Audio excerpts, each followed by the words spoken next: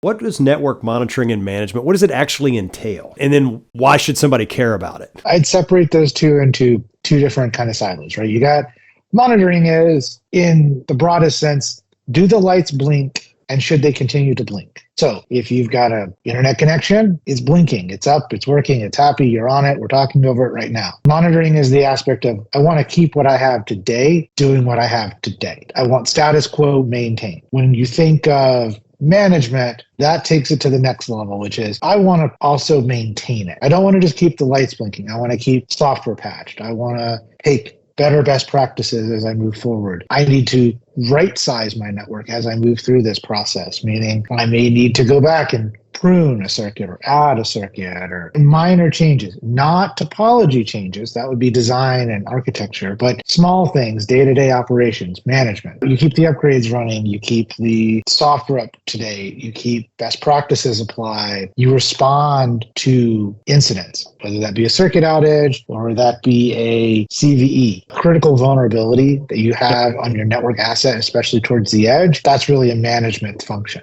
Right? We got to go in, we have to make a change.